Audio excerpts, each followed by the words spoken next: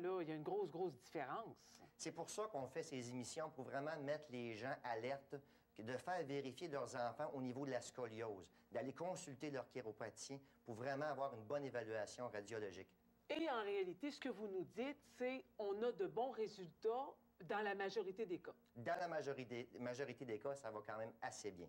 Quand on sait qu'il y a de gros problèmes de dos dans la société aujourd'hui, on s'imagine que si ça commence à l'enfance puis qu'il n'y a absolument rien qui est fait, on n'est pas étonné que ça se transforme en grave problème de dos dans la société. Exact. Puis je trouve ça vraiment ironique et fantastique que maintenant que Marie-Ève est infirmière, elle peut maintenant prendre soin des gens qui sont déjà malades, alors qu'elle a le consultant chiropratique d'être en santé et s'occuper de notre société aujourd'hui. Donc, c'est vraiment fantastique. Un vrai point que j'aimerais vraiment amener ici, c'est qu'au niveau des hautes cervicales, c'est très important de s'assurer qu'on ajuste le haut du cou de façon très précise pour s'assurer que la colonne vertébrale retourne dans son état normal. Sachant que l'atlas, le haut du cou, est importante, ça va affecter toute la biomécanique et la physiologie au niveau neurologique à travers le corps humain au complet. Donc, c'est bien important de s'assurer que la subluxation soit réduite à son maximum. Bien, merci beaucoup de ces explications-là, Dr Aumont. On va faire une courte pause et vous revenir dans un moment avec quelqu'un qui va nous parler des pieds. Et vous allez voir qu'il y a un lien, là. Un lien assez facile à faire quand on y pense comme il faut entre la droiture de la colonne vertébrale et nécessairement une bonne base au niveau des pieds. On reçoit dans quelques instants à l'émission Prenez-vous en main Madame Normande Leduc. Elle est podiatre. Restez avec nous, on est de retour dans un moment. Voici les coordonnées pour joindre ou poser des questions à l'un de nos chiropraticiens.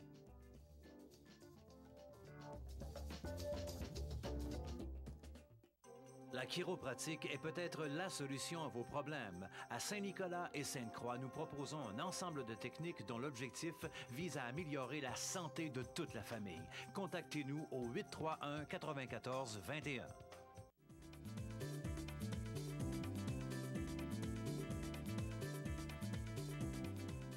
Prendre soin de sa santé de façon globale, c'est prendre soin de sa colonne vertébrale, mais encore prendre soin de ses pieds aussi. Et la relation à faire entre les deux, Dr Aumont, est quand même assez simple à faire. On comprend que les pieds, c'est la base. Et que si on veut avoir une colonne vertébrale qui est bien alignée, si la base n'est pas bien solide, évidemment que ça n'ira pas. C'est pour ça qu'un lien interprofessionnel entre nous, les podiatres, sont très importants, parce qu'on retrouve un lien direct avec les pieds et aussi la condition de la colonne vertébrale. Madame Normande Leduc est podiatre. Bonjour, Madame Leduc. Bienvenue dans l'émission. Bonjour, Diane. Alors, vous, les pieds, vous connaissez ça? Oui, depuis 32 ans. C'est votre domaine. Oui. Et vous, dans votre pratique, vous observez également, comme Dr Aumont mentionnait, un lien entre la colonne vertébrale et les pieds qui sont la base? Il y a un lien officiellement direct, parce que si tu regardes le pied qui est la base, qui est la fondation d'une personne, il faut que tu penses que si c'est ta base est en déséquilibre, il y aura forcément un déséquilibre au niveau de la jambe, du genou et du dos. Automatiquement? Automatiquement. Alors, donc, il y a des contraintes articulaires, il y a des contraintes vraiment musculaires. Et justement, avec un travail professionnel entre les deux, on sait qu'on peut améliorer beaucoup nos patients.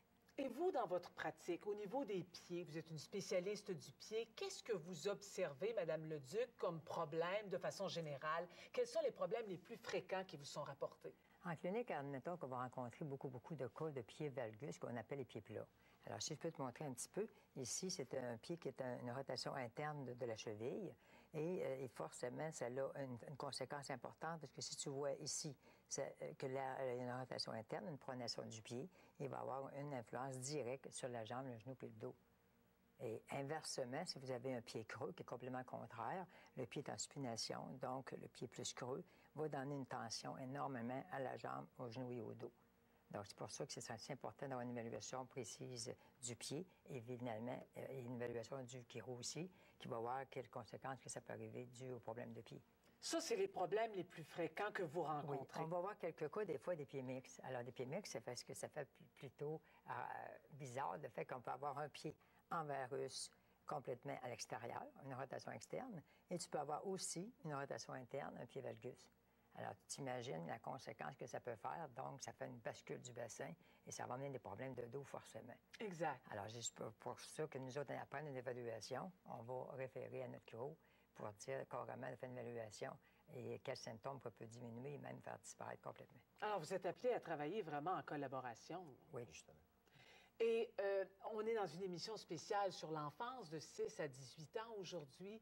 De quelle façon est-ce que les parents peuvent détecter au niveau des problèmes de pied? D'abord, d'être à l'écoute de notre corps et de regarder un examen visuel. Alors, regarde, parce que j'ai toujours dit que les parents, c'était toujours les meilleurs médecins. Tu regardes marcher ton enfant et tu vois d'une façon automatique comment il peut marcher.